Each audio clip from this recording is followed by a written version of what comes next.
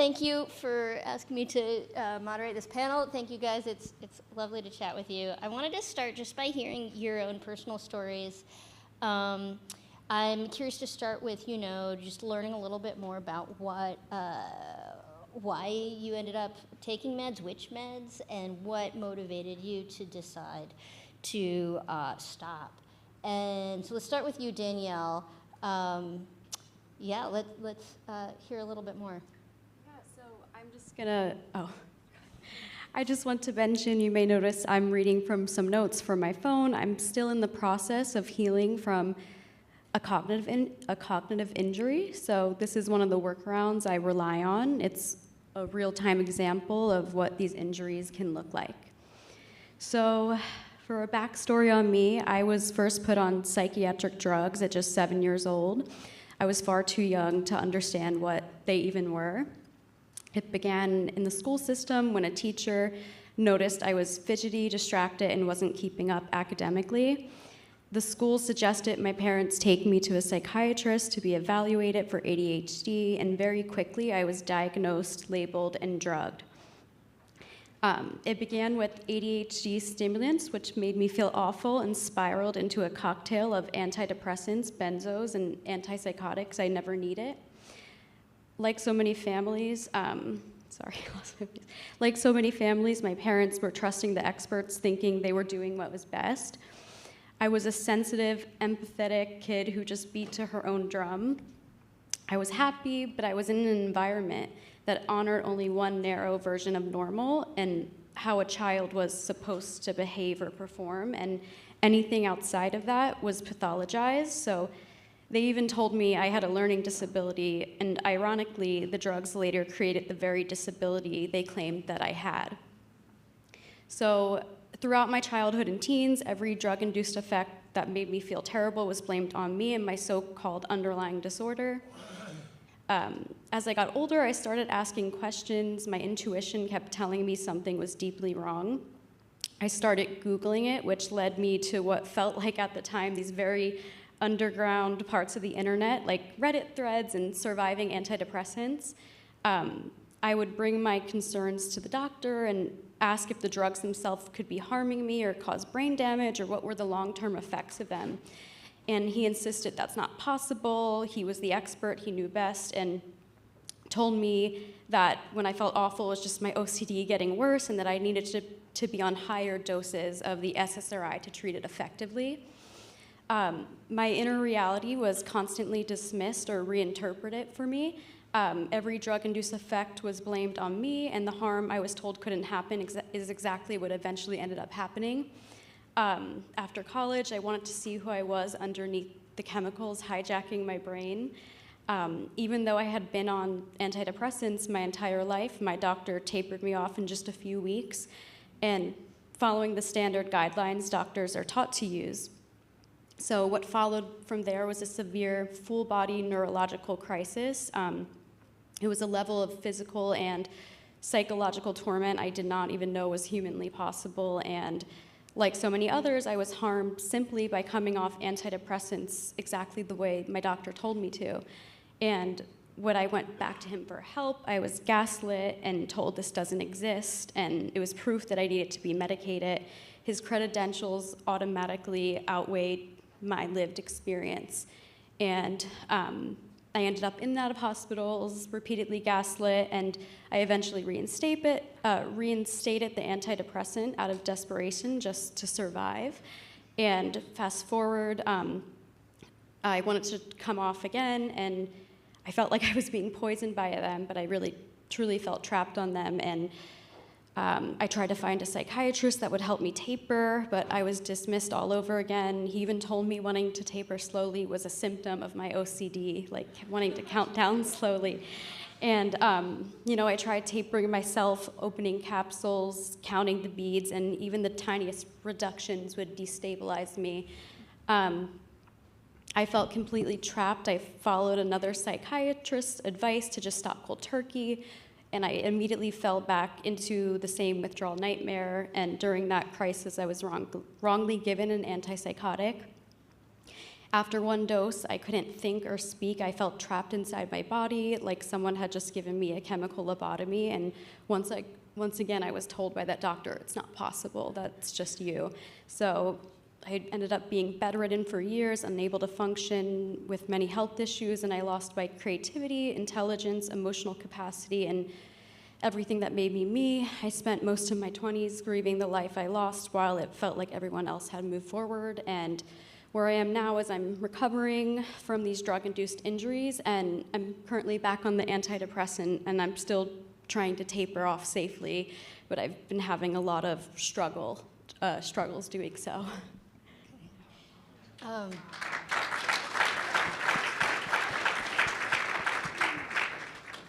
Cam, yeah, tell us your background, like, you know, how did it come about that you were on medications, which medications, and what spurred you to think maybe you wanted to change?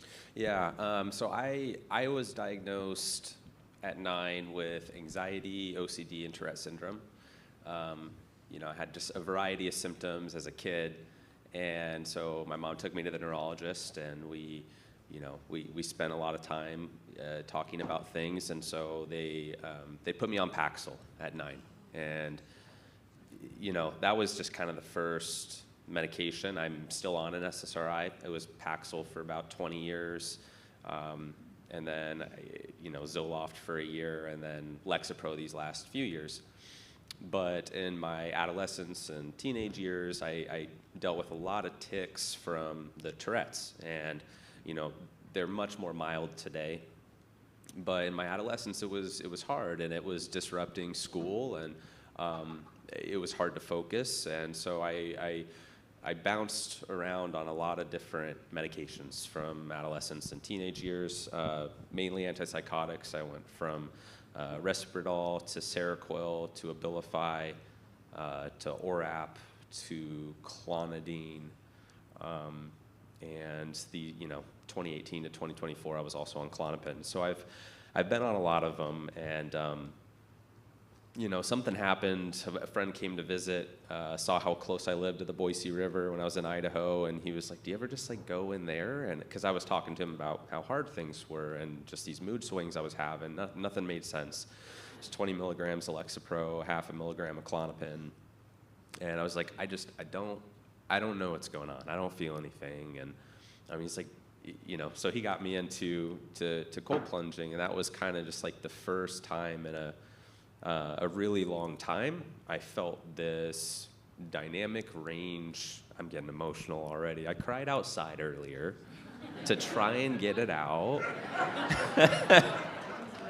I was like, I'm gonna be a responsible adult here, and I felt this dynamic range of emotion that I didn't know existed. And it was exciting, but at the same time, it was frustrating. I was angry. Because eventually I had to learn to process that. I was numb the majority of my life to a certain extent. And while I don't know who I would have been without meds, could have turned out really badly, could have not. Who knows? It's a reality that I'm trying to deal with now. And so it's been a process, and something that, I don't know, I've been calling it a Truman Show complex, where I want to share this process of trying to taper off. I'm still on 7.5 milligrams of Lexapro. That's the last thing I'm on. I got off the Klonopin last year. And thank you. And I have about 7.5, so I have 7.5 milligrams to go. I'm going to start a slow liquid micro taper. But I am scared. And I don't know. I don't know what's going to happen. But someone needs to document it in a way that's as real as possible, and social media has kind of been that outlet, but I'll stop it there. Well, I'm curious, like, what it was about. You get to cold plunging, and you have a response to it. How does that lead you to decide that something about the meds need to change? because I tried everything else, right? It was like, up until that point, I felt like I had tried everything. I had pulled every lever. I mean, diet, exercise. I was in such good shape. I was reducing screen time, artificial lights. I had fixed my sleep schedule. I mean, everything you can think of, right? It was like, I didn't know what else to do. But when I did that, and it kind of opened up this door just a little bit. You know, I'm not saying cold plunging is a cure, right? But it was like it opened up this door because your adrenaline, your epinephrine, norepinephrine levels skyrocket, right? When you sit in ice baths or really cold water, and it causes that dopamine response after. That's also a significant increase, and it was like, this is incredible. And that was just kind of like this little doorway that made me go, the meds, those are the last thing. That's the last thing I haven't tried. And that's kind of how it happened, yeah. And how's the withdrawal gone? Like, has it been difficult? Yeah, it's for me. All sorts of symptoms. The ones I struggle with the most is a really low mood, very low energy, numbness, emotional numbness. I was having gut issues, random new food sensitivities that I didn't have before. I couldn't eat eggs for like 2 years. It didn't make sense. Histamine response where I would just get kind of itchy in some places, interrupting sleep.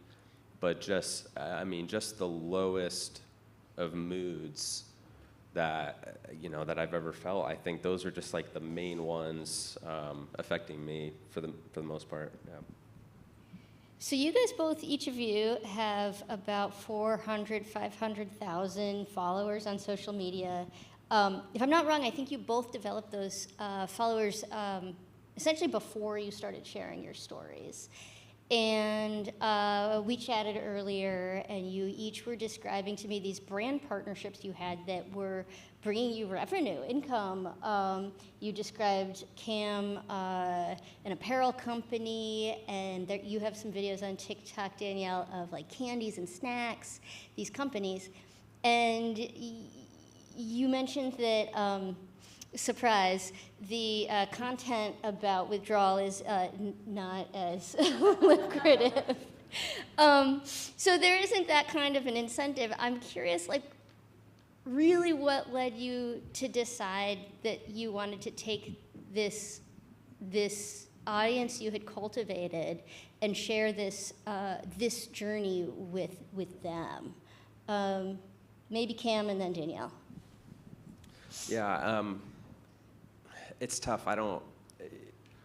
It felt like a sense of purpose, and it goes back to, I'm gonna get emotional again, but it goes back to when I'd have these conversations with my mom as a kid of what I was feeling, right? We'd sit on my bed and I'm 7, 8, 9, and have these conversations about like, Cam, just tell me. Just try and get it out, right? Like, we'll sit here as long as it takes. Like, it's fine, but let's try and get out what you're feeling and what you're experiencing, so that I can understand. And it was so. I think from a very young age, I developed this ability to communicate, and I felt like I needed to continue to communicate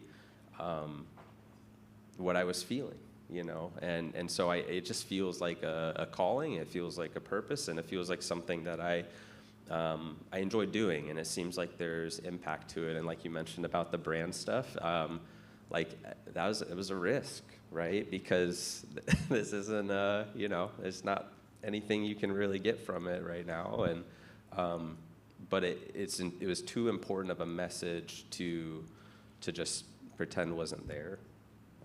So yeah. Yeah. What about you, Danielle? Yeah, so the reason I shared my experience with antidepressant withdrawal online was to shine a light on this hidden epidemic and to be a voice for those suffering through this in silence, and in hopes really of creating a lot of visibility and awareness, sparking changes. And like Cam said, the world just people need to be aware about this. This needs to be talked about. And when I first shared my story, I used you know, I shared very vulnerable clips of me, of my worst moments, you know, like shaking in the hospitals, crying on the floor, screaming, and I just really wanted people to finally see the true devastation of what this injury can look like, because so much of this injury is invisible and dismissed and hidden, and for so long, the dominating narrative was based on a false story that the public has been sold of them being safe, effective, and easy to stop. So my lived experience and the experience of so many others completely contradicts that. And, you know, the real human cost has been downplayed, and I just wanted to break through that, disrupt that narrative, and show really what's happening to countless people. You mentioned these very striking videos there. I suspect some, at least maybe many members of the audience have seen them, but also I understand you've shared them to be played here. And I wanted to ask you a little more about them, but AV, do you wanna hit play? Antidepressants gave me brain damage. Psych meds aren't as safe as the doctors make them out to be. So I'm sharing the truth on the extreme injuries they cause and the side effects that doctors don't tell you about. I was only 7 years old when I was wrongfully overprescribed medications. For years, I told my doctor how awful the medicine made me feel. He dismissed me saying medication can't do that and blamed it on my OCD and anxiety and pushed more meds on me, telling me I needed them. I was always met with resistance and had my lived experience invalidated. I questioned and doubted myself. After 15 years of being brainwashed and carelessly medicated, I made the decision to come off for good. My doctor lowered my dose over 4 short weeks, making me debilitatingly sick. I was in constant excruciating pain in my body and mind and left bedridden and disabled. I had vision loss, burning in my entire body, intense dissociation, delirium, uncontrollable shaking, and pure mental agony. It was torment I could not escape. I felt like a raw, exposed nerve. Light and sound physically hurt. I could not think and had trouble communicating. I was terrified, not knowing what was happening in my body. I was in severe withdrawal from coming off my SSRIs. My doctor said withdrawal was all in my head, telling me it was just my OCD and anxiety getting worse. I felt completely powerless as I had to prove my injury all while I was in unimaginable pain and suffering. I have a host of health issues from these pills. I have cognitive deficits, neuropathy, autoimmune issues, and much more. I feel a little bit old talking to 2 influencers. Because it is like so hard for me to imagine the vulnerability involved in deciding to videotape that and then to share it with the world. Like, I cannot imagine doing that myself. And I was wondering if you could talk a little bit about, in the moment, how these videos came to exist in the world, and then how you decided that you were comfortable and you wanted to share them. Yeah, I think after everything I had been through, I don't feel like I really just felt intuitively called, like it was the right time. You know, I've been familiar with social media, just making content before that, and I knew how powerful it can be in reaching a lot of people. That's really what it's, you know, the news source for my generation. So it's what everyone is looking at, and I'm like, this, you know, needs to be understood and seen, and I knew it was the time to share it. Yeah. What is the response to each of your social media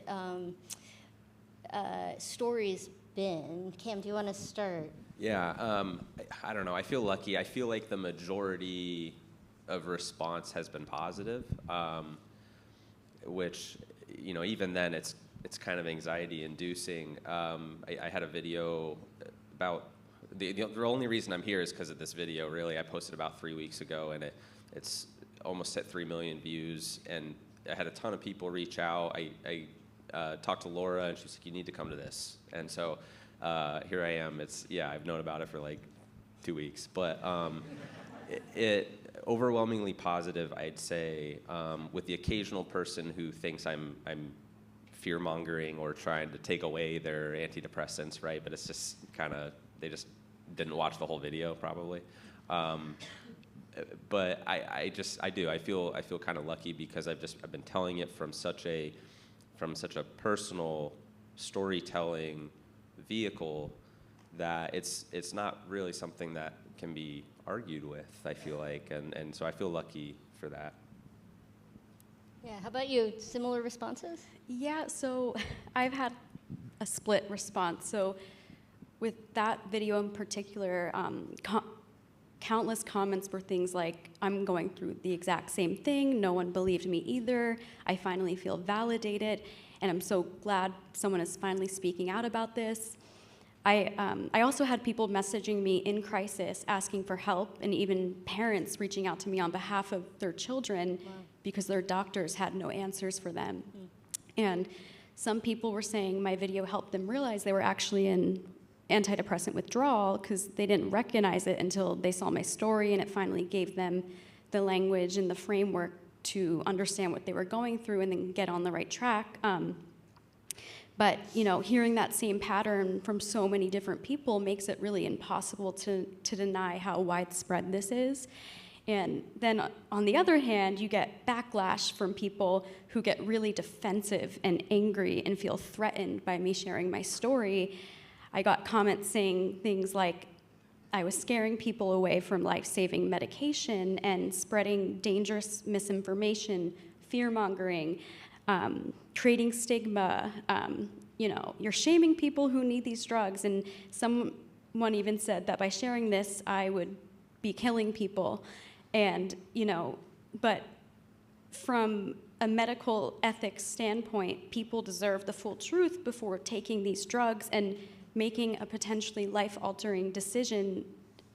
That shouldn't be controversial. So, we shouldn't withhold the most serious harms, because when people end up taking, powerful brain-altering psychoactive substances under false pretenses, that's unethical and like a violation of human rights.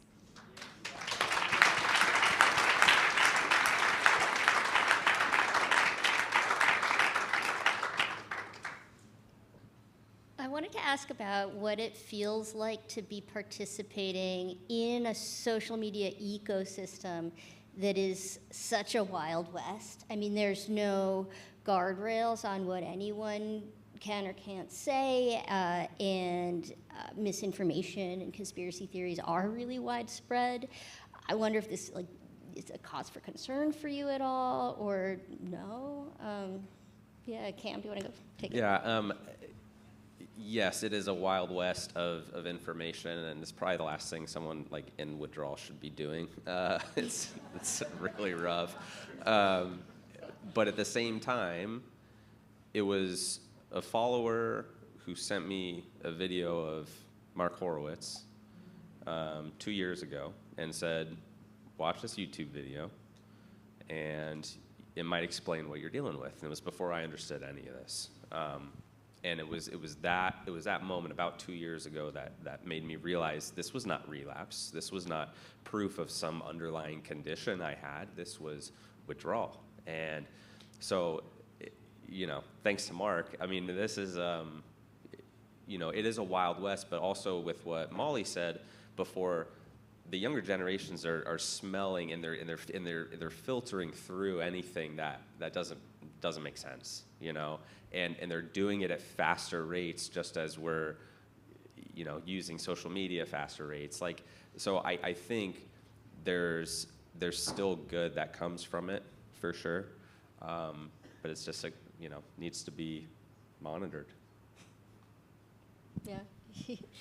Any other thoughts?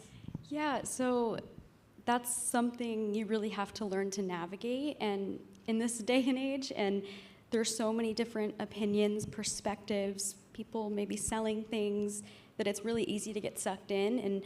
And I've found myself going down that rabbit hole of getting confused by all the conflicting information. And what I've learned for myself is that you have to be discerning, and you have to tune into your own inner guidance system and really feel what resonates with you. And not everything you see or hear online is meant for you and right for your path. And something might be true or helpful for one person, but it might not be right for you. And just learning to sort of filter that. But I think that takes time to learn that. It took me a little bit. And but honestly, one thing that does concern me is how, I don't know if anyone has seen this, but influencers on TikTok glamorizing psychiatric medications, especially antidepressants.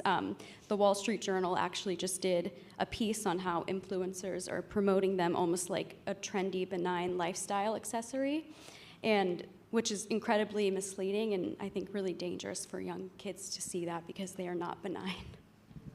Yeah. That was some really remarkable reporting, I agree.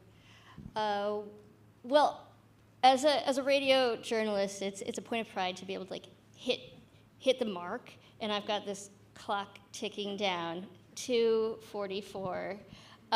We might come in actually a little early, but I was wondering if we could wrap it up by talking a little bit about what you're hoping you might contribute by sharing your stories, what you hope people who read your content might walk away with. So for me, I guess a lot of things. I hope that it prevents further harm. I hope it makes people feel less alone in this. I hope it gives people the education that I didn't have at the time. And you know, when I first went through this, there was nothing in the mainstream really about this. You know, it didn't exist in that narrative. It felt very niche, even though it's not. And I was really left to figure it out completely on my own. And I was really harmed because of that lack of infrastructure and information. But you know, social media can really reach so many people at a massive scale, and it brings this suppressed information into collective awareness. And you know, I think that's where the narrative shifts are currently happening for Gen Z and millennials. And I hope these stories create so much awareness and collective pressure that regulators and institutions can no longer ignore this, and they're forced to acknowledge and address this. And I think when one person speaks up, it's easy to dismiss them as an outlier, but when thousands of people start saying the same thing, you really can't ignore it anymore.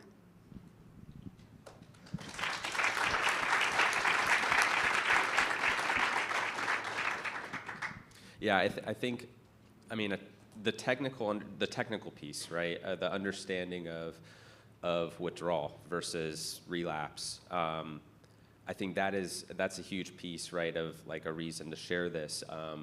Hopefully, less people will be harmed. You know, less people will go through things that are life changing when they didn't have to, or that less people will be on medication for decades when, you know, they could have learned this a little bit sooner, and then also made withdrawal easier in the process by not being on it as long.